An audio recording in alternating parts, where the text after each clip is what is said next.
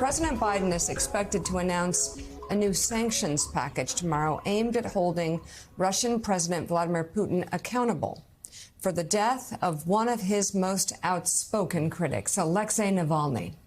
National Security Advisor Jake Sullivan said the sanctions would target different elements of the Russian defense industrial base and parts of the Russian economy that power its war machine and continued aggression. Joining us now with a look at how the Russian economy is doing amid the ongoing war is former Treasury official and Morning Joe economic analyst Steve Rattner. So, yeah, how is it doing? Because you would think at this point that it would be breaking down a bit, but it's the Russian not. economy. But are you finding otherwise, Steve? Yeah, no, it's not, Mika. Sanctions are an important part of waging war against any adversary or any of our opponents, but we have to be realistic about what they've accomplished. And in the case of Russia, unfortunately, they haven't accomplished that much. So let's take a look at the Russian economy since the war started. And if you look at GDP, real GDP, over the last 2 years, you can see the Russian economy actually grew by 1.8%. And that's more than most of the countries in Europe, as Joe has been pointing out, far less than the U.S., still the shining city on the hill, actually a tiny bit less than Italy, but essentially above all the rest of these countries. And in contrast, Ukraine down 24% in the size of its economy. And that's been reflected in the stock market. When the war started, I think we all thought, including myself, that this would be tough for the Russian economy. Stock market dropped 25% in the first week, ended up down 40% by the end of 2022. But now it's up 47% from where it was before all this started. So the Russian economy is still doing well. Steve, part of the reason for that is, of course, oil, the exporting of oil. I was staggered to read in your information here that the oil exports are kind of back to where they were in 2021 before this war started, despite all these sanctions, because other countries have stepped in to help Russia here. Well, you did my chart for me, Willie, but yes, Sorry, that is what, no, that's okay. That is what's going on. But before, I should also mention additional oil. Defense spending has helped the Russian economy. They have more than doubled their defense spending, and that juices the economy. But to Willie's point, you can see Russian oil state revenues and where they were before the war. We had this price spike. This is price, not selling more oil, but just price. When the war started, and then oil prices have remained relatively strong.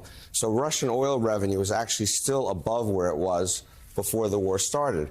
And as Willie said, the sanctions have not had any impact on Russia's oil exports. They're almost exactly the same as what they were before the war started. But you can see a big shift in the mix. You can see that Europe and the U.S. have virtually eliminated Russian oil imports, but that's been picked up by three countries, Turkey to a smaller extent, India big, and China big. India, 1,800% more oil from Russia than before. So these sanctions have not had any effect on Russia's oil exports and therefore on its revenues. So, Steve, why India on that chart? Is it out of necessity, or why are they stepping in to help Ukraine as it, effectively kills civilians waging a war? It's basically necessity. They obviously don't care that much about killing civilians in Ukraine by the war. They don't have that much oil. They have to import it. And they, frankly, made a commercial decision that it was better for India to get oil from Russia at slightly lower prices than to do without. All right, let's move to your third chart, which gets to the conversation we've been having now for months here, and that is American aid to Ukraine and why it's so essential here. Yeah, so I just showed you a little bit of why it's so essential, because we have to give Ukraine the support it needs, because Russia isn't going anywhere. They're actually increasing the military expenditures a lot more in the coming year, and so this war is going to go on for a while. But what's really stunning is actually we Americans may think this is a bad use of money, but it is a tiny use of our money relative to all these other countries. If you look at European countries, we are 31st among that group in terms of how much aid we've provided as a percent of our GDP. And even if we do this package, we would still be below all these countries in how much aid we provide as a share of our GDP. And one thing that doesn't get much attention is that roughly 64% of every dollar that we spend on Ukrainian aid comes back to us buying military equipment from us. So it's not like we're just handing the money over and never seeing it again. It's helping our industries and creating jobs back in America as it's spent here. There's another idea that's floating around. It's not probably going to happen anytime soon or maybe ever. but there's $380 billion of frozen Russian assets in the West. A large, very large portion in Belgium, which is simply a coincidence. There's a custodial bank there that holds a lot of these assets.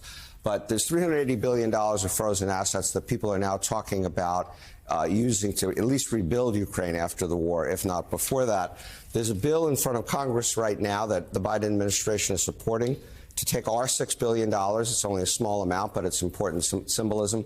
Take our $6 billion and use that. And we'll see where all this goes as this all unfolds. So, Steve, just to put a fine point on all three of your charts, is it fair to say, despite the fact the United States and Europe have thrown the book at Russia in the last couple of years in terms of sanctions, they just haven't had that big of an impact in the long run? Willie, that's totally fair to say. But look, sanctions historically have not worked that well. They're, again, an important part of saying to the world we mean business. But if you look at Cuba, if you look at North Korea, if you go back a while, look at Rhodesia and South Africa and all these places that we've tried to sanction, North Korea and Cuba, here we are 50, 60 years later with no real effect, an effect on their economy, but no real effect on bringing them to heel. Coming up.